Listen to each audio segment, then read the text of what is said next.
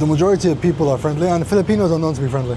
So I think, and the price as well. But I guess the people and the cost of living or purchasing power, let's say, is better than most countries I've been to. This is Red, an ex-banker from Dubai that decided to trade the 9-to-5 grind for a laid-back life in Makati. Today, we meet with him, his girlfriend, and their pet bird Blue, and find out exactly how living in the Philippines has changed their life. Let's get started. Hey, so it's another beautiful day in the Philippines, and today we are meeting with an expat to check out his condo right here in Makati. And afterwards, we're gonna sit down with him and talk about how his life has been since he's decided to relocate to the Philippines. So, let's get to it. Hey guys. Hey, what's going on? All good? Hello. That's Blue. Hey, what's up, Blue? Mary, my partner. Hello, Mary. Blue, come say hello. This is Blue. Awesome. His full name is Cloudy Blue, Saint Sky, but we call him Blue for short. Before we get into the tour, could you briefly introduce yourself, who you are, where you're from, and how long you've been living in the Philippines? Sure. My name is Red, originally from London, Arab background. We just got here from Dubai for the last 2 months. Quit our jobs and we thought we'd try the Nomad life. We came out here to Manila to trade full time and just travel around a bit. We appreciate you inviting us over to tour your condo. We can go ahead and get started. So, You want to start from the bathroom? yeah, we can start from the bathroom. It's small. You get what you pay for. Yeah, for sure. How many square meters is this place? I'm not sure. I'd say 30, something like that, Yeah. roughly. This is the kitchen / living room. We don't cook much anyways. Over here, we have the bedroom / my work setup. Yeah, if you want to check out the view. Yeah, for sure. All right. Oh, wow. It's quite nice at night. It lights up quite well. It's nice that you have a good view to wake up to. Yeah, when it's not raining. Right. And I imagine holidays, 4th of July, Christmas time, Yeah. It'd be a nice place to fireworks enjoy. are, yeah. After you. Thank you. What is that process like of moving with a pet to the Philippines? Yeah, it's actually harder than a normal pet because we can't keep Blue below. He has to be with us in the cabin because he's too small and fragile and he might die. So we could only fly with Turkish Airlines. And then you've got paperwork for export and then import. But luckily we used agencies. It was a lot, but it's not easy. I wouldn't recommend it to anyone. It's quite stressful, especially the restrictions and the stress it puts on the animal. But he was okay, right? He wasn't as bad as we thought. What made you go for a bird as a pet instead of the regular dog or cat? It's a great question. I'm happy you asked that. Someone was asking for a while. She wants a bird. Then for her birthday, I'm like, let's get a bird. Then we went to the pet shop and we saw this guy. I think he was the only blue bird, right? Yeah. The rest were like yellow and green. Mm-hmm. But because his colors were unique, we thought, he won't be that demanding. Turns out we were wrong. So he's taking his ball to the house so that no one plays with it. But yeah, that's the reason we chose a budgie. I would have liked a dog, a big dog. But it's okay, Blue has a big personality. And is that the first time Blue has traveled? Well, it's a funny story. We were supposed to go to Thailand first. So we took him to quarantine, which was like Abu Dhabi Falcon Hospital. Mm-hmm. It's basically a 5-star animal hospital for birds. Wow. It's as good as it gets, and it wasn't cheap. So we initially thought he'd be there for 3 weeks, but then Thailand changed the rules. So birds were no longer allowed, only 21 days. It became 45 days quarantine. But we had our flights booked because we timed everything. So we took him out of that 5-star spa jail, as he calls it. And then we started panicking. Like, what do? We can't stay in UAE. I resigned. I quit my job. I sold my car. And yeah, so we thought Philippines. And Philippines was a lot more relaxed. No quarantine in UAE, only quarantine here. But what do you love about living in Makati? Convenience and local food. There's the canteen over there. There's a tent over there. There's loads of bars and other social things to do. It's not dead. There's a lot of foreigners too. And price is a bit better than BGC, but not that much better. You can also get the same price in BGC. Really? Yeah, but the not the amenities, but the shops around you are going to be more expensive. Right. But convenience, I think location, that's about it. Okay. All right, guys. So I usually don't like breaking things up into a part 1 and a part 2. However, we had to break up this tour into a part 2 because our guests ended up moving in the middle of us filming. Not literally, but the day after we shot the content, we were supposed to go back and they were moving to another place. So we decided, hey, why don't we just combine the part 1 and the part 2? So that's what we're doing. So you're gonna see this next section in their updated spot. And if you can't tell, I'm walking through the streets of Makati. It's a busy day. It's a little hot outside, but man, I can't wait to share this unit with you guys because you're going to like this unit way more than the first unit that they were staying at. So let's get to it. It's a nice, I chill here usually, but I like to sit here or there. It's kind of nice. At night, it's kind of like the lights are a bit far, but it's nice. Very few times do we get to look at a great view like this of Makati. Yeah. It's interesting, right? Because you can really see the divide, right? Mm-hmm. The two worlds coexisting in a way. Because over here, all of this is Makati, and then you cross the bridge and you have... And then right there is the fun roof in Poblacion. Yeah. And Octopus is right there on the right. Yeah, crazy. And then straight across, you got BGC. Oh, yeah, it's that way? Yeah. Oh, that's BGC. Have you guys used any of these amenities since you moved here? Not these ones. We played like snooker or pool, but not the PlayStations. What is that, a PS5? Yeah. So what do you love most about living here so far? Access to Century. I think staff, very attentive, and amenities are nice. Plus Century Mall is second floor and basement. You have direct access. I feel like in Knightsbridge the games room is a bit better looking, but I think so too. right, it looks more. I don't know. The cinema room, they made it look pretty. The table is definitely bigger in Knightsbridge. Yeah. More. However, you guys check this out. You have a much better view. I think this is a better setup in terms of an amenity floor because the amenity floor at KB is cool. It just feels like no one goes there. Like it's Always like a empty. ghost town, yeah. But to be honest, I've never seen anyone here. It's the first time I saw those kids.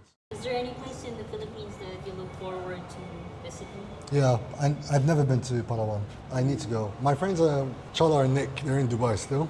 Nick's a friend from London. Anyways, but they are coming to visit in November, but it's only 5 days. So they want to go to Boracay, but Nick and I have been to Boracay. So I think we might be going to Puerto Princesa. Cannot wait. Cannot wait. Let's see if they let us. So I'd say it's better than Knightsbridge, mainly because of this machine. They've got 2 of these. Yeah, but not big, right? I remember a very weird rule here before. What is you that? only use this for 30 minutes. If it's busy. Yeah. It's still there. They've got a little sticker. Oh yeah. Yeah. Is it hard finding a building in the Philippines that's pet friendly for your specific pet? Because they don't know it's a bird. They're always surprised. So they allow cats and dogs. Birds are okay. What's your favorite part about living in this building? Access to Century Mall and the pool. The rest is okay, but it's similar to Knightsbridge. Yeah. I need to use the stairs every time I need to go to the bathroom. It's a good leg workout. It is, right? You've been in the Philippines for a few months now. Have you gotten accustomed to it or have you adjusted? I don't feel like I'm in the Philippines. I feel like I'm just in another city. I haven't really, for me, Philippines is blue waters, scuba diving, palm trees, but now it's work, you know, and it's a good thing. The rainy season is now. So hopefully, when summer starts, business being better and all, I can enjoy more. But apart from, you know, paying in pesos instead of dirhams, I don't know, it's very metropolitan. All right, guys, we've taken a look at the amenities and I'm liking everything so far. So now we're gonna take a look at the actual unit itself. So let's get to it. So this is your unit. Yeah. Can you just give us a brief walk? Yeah. It's a beautiful layout. Kitchen. Not much to say, to be honest, here. It's small, but it's functional. This is where my stress comes out from. So this is my work area. Dining room, which we never use. Yeah, I think it's okay size. I would have liked a bigger couch. In terms of the kitchen area, do y'all actually cook? Because when we do a lot of these tours, it seems like no one's really cooking. Yeah. Have you seen the canteen downstairs in the building? So in B1, they've got a canteen in the basement. Really? No. It's open for people outside too. So it's so cheap. Do you really want to cook? Yeah. So living area, nice lazy boy. Did the unit came furnished? Yes. They changed the table and they changed the couch for us, which was nice of them. Is that something that you negotiated with the landlord? The landlord? Yeah, the owner, yeah. Especially if we get it for 6 months. And I think they know usually when people get it for 6 months, it gets extended. But what made you choose a loft style floor plan? Because of him. So he can flap. You know, he's a bird. He needs to fly. You mind if we check out the upstairs? Please. I'll just stay here. Yeah, me too. There's a lot of stairs. Fill your boots. Well, we've still got your voice, so I'll be asking you some questions. Sure. So this couch right here, this is brand new. Yes. You requested for brand new. Yeah. And we didn't request the table, the dining room. There was a previous one there, which was also nice. But he's like, no, I'll change it. I'm like, oh. Price is not bad either. It's around 38, but it doesn't include bills. We just got the first bills. We haven't seen it yet. But yeah, I don't think the price is bad.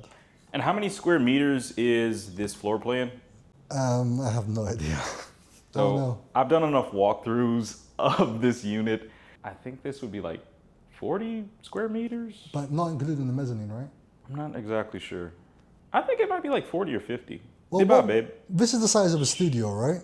And then the mezzanine makes it obviously bigger. Right. So if it was a studio, it would probably be around 40. So plus that, I would say that's 15, right?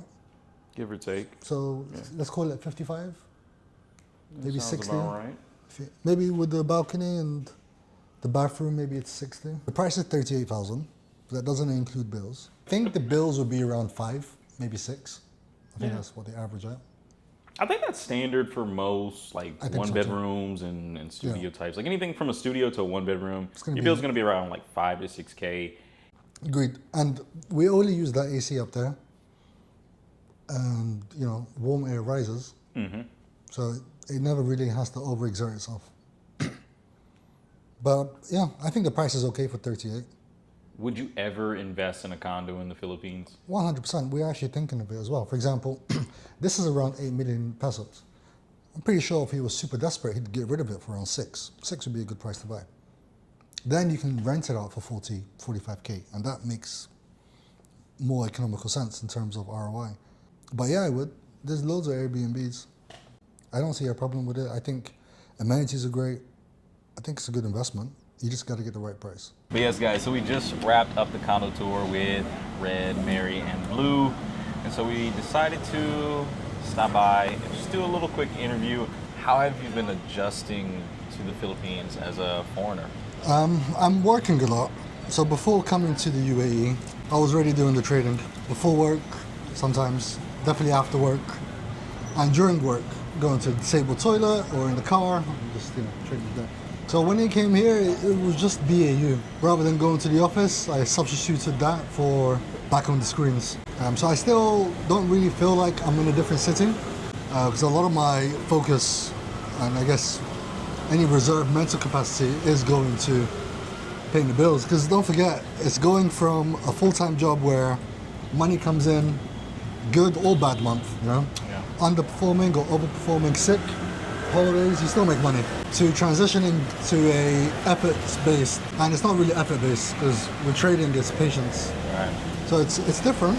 I know I'm in the Philippines per se because when you go outside and stuff, but mentally I've tried my best not to think of it as a holiday. I'm not here to experience the Philippines. I'm here to allow us to create some type of cash flow in life for us to continually experience. I like the way you put that. And I think for any digital nomad, especially a digital nomad that's basically self-employed, 1099er, for our Western viewers, that means you're self-employed, obviously. For individuals like that, it's important to have that mindset because it's easy to come out here and just go into tourist mode or vacation mode. And a lot of people I know have done that. Yeah. I know a couple of people who quit their job just to trade, but once you experience, I guess, time luxury, you think you're on holiday.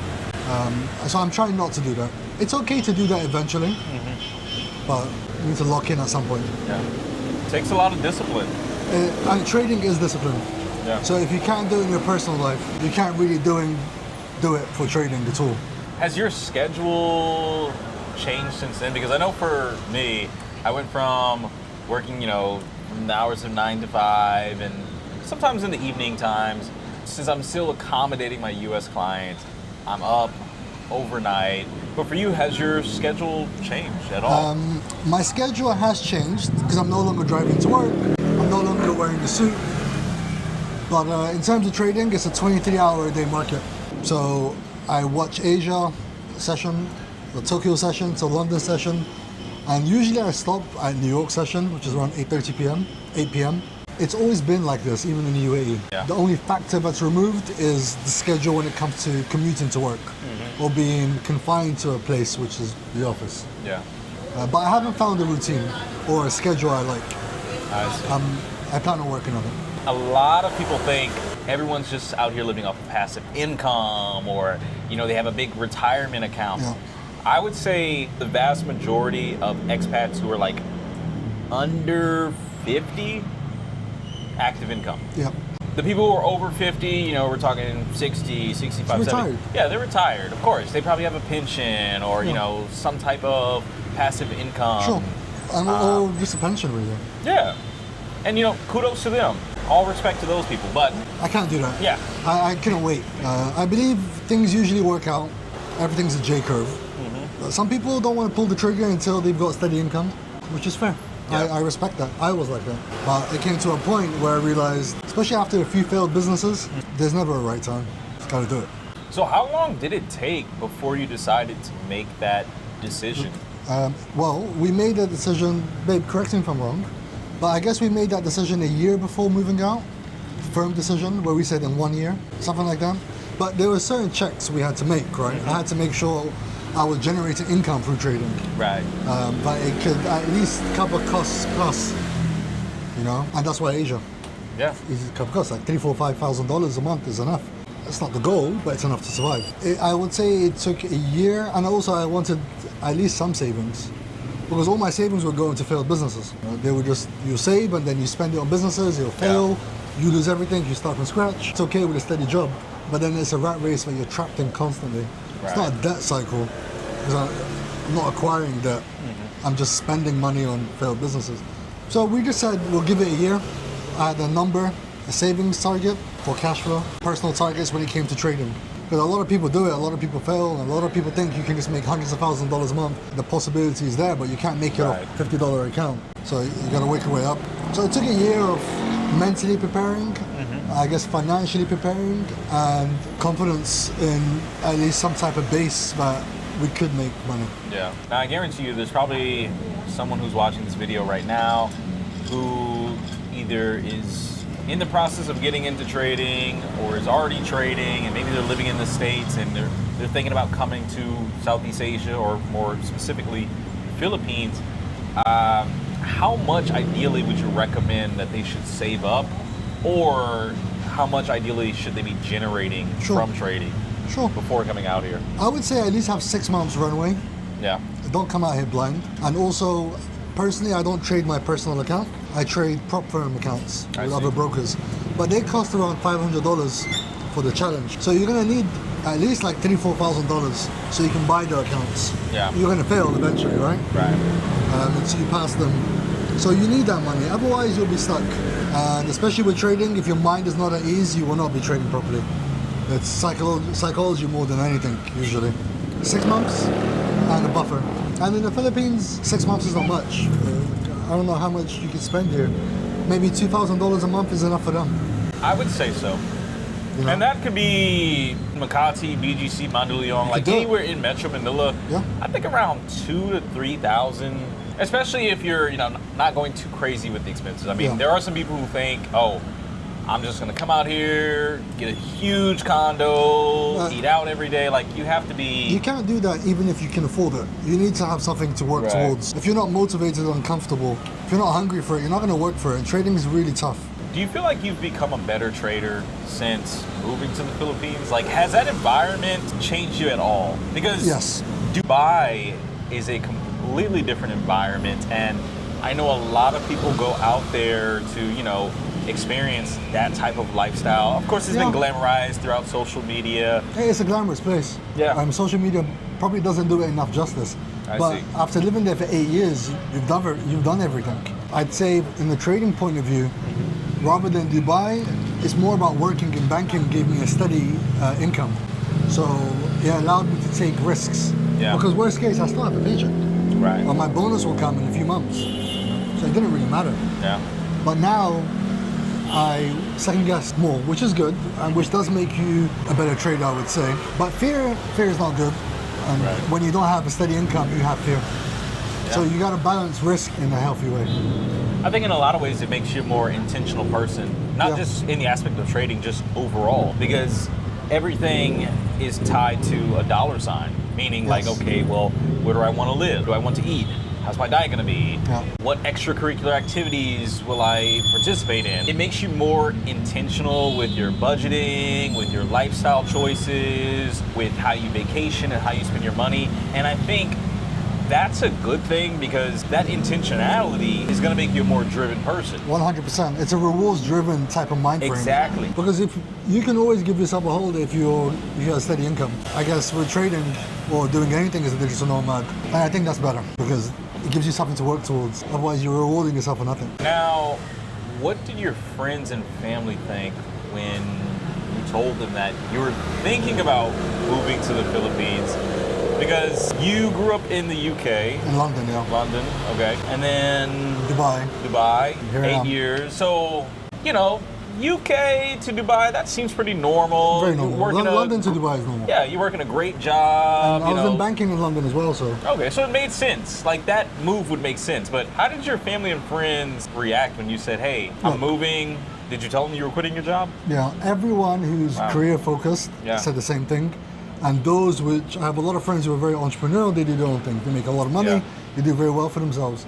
So the career focused people would say the same thing. Oh, I wish I could do that, but I can't because of X or Y. Everyone has an excuse as to why they're not doing it. But every single one of them said it's something they want to do, and they all had an excuse, and different excuses as to why they won't do it or can't do it. You'll do it when things are good. So career-focused people, they want to do it, but they find a way to excuse themselves. Everyone's got an excuse. Oh yeah. And all excuses are different. Yeah. But those of my friends which are entrepreneurial, a lot of them have been telling me to do it for a long time. Just quit your job, do your own thing. Wow. So very different responses, but also consistent to what they're currently doing in their lives. But I mean, were they supportive of your decision? Because I know when I told my parents that I was thinking about moving overseas, they thought I was crazy. They're like, you're moving where? When? No one said don't do it. They just said, look, I'm sure you know what you're doing. Okay. In a corporate job, in banking, whatever, you earn more than you actually need. That's why you get to save and buy luxurious things, right? Mm-hmm. So either choose to continue having that luxury, things you don't need, or earn a third of that and still make more than enough money to live a good life, but without the luxury. And work your way up to that level. So I don't think people are scared of quitting their jobs. I think people are scared of getting out of their comfort zone and sacrificing any luxuries they think they have. So what it sounds like is you value the freedom that this lifestyle gives you over the safety and security of a corporate job. Would that be fair to say? Yeah, I'm stubborn. I don't like having to go to the office at a certain time, certain dress codes. Don't get me wrong, I love my last job. The people were amazing. I love the environment. They gave me the power I wanted. But, then what? I had colleagues who were 12 years older than me in the same level. I'm like, this is scary. Is this my life now? And some people would love that life. Great, it's for them. But for us, we thought, and Mary started earlier. Would you say that the move has made a positive impact on your relationship? Well, look, there's a lot of changes and there's a lot of stress for both of us. Environment is okay. I think we're okay with environment change. And we like Asia anyways. When you sacrifice security, you worry about security. Mm-hmm. There are certain things you take for granted when you work full time. That's consistency. But when you remove that, like I get, not panic attacks, but I overthink for no reason. I gotta ground myself. I guess maybe it happens to all the nomads. But it's only been 2.5 months, 3 months. So everything that's happening is expected and accounted for. Oh yeah. I mean, there is a certain level of uncertainty or questioning if you really made the right decision. But Yeah. there's just something about that freedom to Yeah. go where you want, quote unquote, be your own boss, call your own shots, Yeah. build something that you're passionate about, utilize your skill set to Challenge yourself. challenge yourself and make unbelievable amounts of money. You can live comfortably, especially in a relationship, up Yeah. to 3 to 4K. Yeah, easy. Yeah. And less. As a single guy, 3 to 4K, you could ball But even out. as a couple, I think like in the Philippines, I would say $2,000 you won't get a crappy apartment. You get a Right. nice apartment, Yeah. right? And your expenses will be covered. But the way we talk about what we want, we didn't come here to survive. Right. I have plans and she has plans. We have plans together. Invest a lot heavily Yeah. in different aspects. You know, create several channels of passive income and other like just general investments, I would say. Right. So for now, okay, happy to cover costs. I mean, it's more than covering costs, but you know what I mean. But it's not what we came for. Oh yeah. So if people come to the Philippines to be nomads and think if I just make the bare minimum and enjoy life, that's going to be a very short, stressful life to live. And I've had conversations like this with my friends, off camera, of course, but we talk about this all the time. Like, people are always trying to look for the cheapest, or they're looking for the next cheap area. I remember one guy comments, he said, I'm tired of all of you expats moving overseas, you're driving up the price. And I said, Isn't he an expat? exactly. But not just that. That shouldn't be the mindset. Yeah, it shouldn't. The mindset should be, I'm coming out here to gain some type of leverage. Yes. Financial leverage. I'm not coming out here to, like you said, live on a shoestring Yeah, budget. and people do that. They'll like work in a bar in Thailand for like years, Yeah. and they'll literally just pay their expenses. And I'd rather stay in the 9 to 5. But I guess to each their own. But I think for nomads, a lot of people think it's just an extended holiday. It's not. It should be a life-changing event where you elevate yourself, not where you survive. Exactly. It's not- How much were your expenses in Dubai? Just rough estimate. Just like if I just talk about rent, car expenses, I would say, let's say 7,000 dirhams, $2,000, maybe $2,500. That's just rent. Like fuel, Yeah. fines, Yeah. car fines. I'd say around 2K. But if we're counting things like, Everything? groceries, everything. Then I would say $4,000, maybe more. Yeah. But UAE is expensive, but it's not that expensive. Right. A lot of people think it's like a super expensive place to live. It's not. What I paid for rent, big balcony, really nice sea view. In London, for the same price, I would have a room in an apartment Yeah. if I wanted to be central as we were. Fuel was cheap. It's just going out, restaurants. That's it. But again, I value time and freedom more than luxury items. I mean, I like luxury items, don't get me wrong. Yeah. But I'd rather have time and freedom now and then earn that later. Makes sense. But it's tough, it's not easy. It's not supposed to be easy too. That's the fun part. It is, because you can't appreciate something that's easy. Yeah. It's hard to value something which is easy to get. But that's why I love this new wave of expats, this new generation of expats, because if you look back historically, 10, 20, 15 years ago, most of the expats are going to be older, retirees. Yep. No disrespect to them. Now you have younger expats that I mean, are coming. I don't want to say it, but internet, right? Yeah. It allowed people to, and I've got friends who work US shift, and they are working from around 7 p.m. Philippines time until around 6 a.m. So it's graveyard shift. They don't get to enjoy Philippines, but when they do, they really enjoy it. But during Monday to Friday, or Monday to Saturday morning, let's say, they're working. They're not enjoying the life that people think that Philippines or Thailand has to offer. Right. But again, it's a sacrifice. You're buying freedom, Yeah. and it costs you time. One last question, or two last questions I have for you, Red. You have spent time in other countries. You've been to Thailand, Been correct? to many countries. Where Europe, else? Where else? around 20 countries in Europe, Oh, wow. and then we got some Middle East, obviously Morocco. Yeah. Yeah, So, with you having traveled to all of these different countries and now living in the Philippines, What would you say has been the most positive thing about living in the Philippines as a foreigner? I think the people are friendly. The majority, I wouldn't say all, some are slightly arrogant, but the majority of people are friendly, and the Filipinos are known to be friendly. And the price as well. Yeah. Not BGC. But I guess the people and the cost of living or purchasing power, let's say, is better than most countries I've been to. Since you've been living here, I know you're planning on documenting some of your life out here, but you mentioned you have a special video that is coming out to kind of introduce your story to the audience. So it's a countdown video leaving the UAE. Yeah. The process of leaving the UAE until from quitting the job to selling the car to the headaches of trying to get blue vaccinated with export import permits and everything that involves, to selling everything.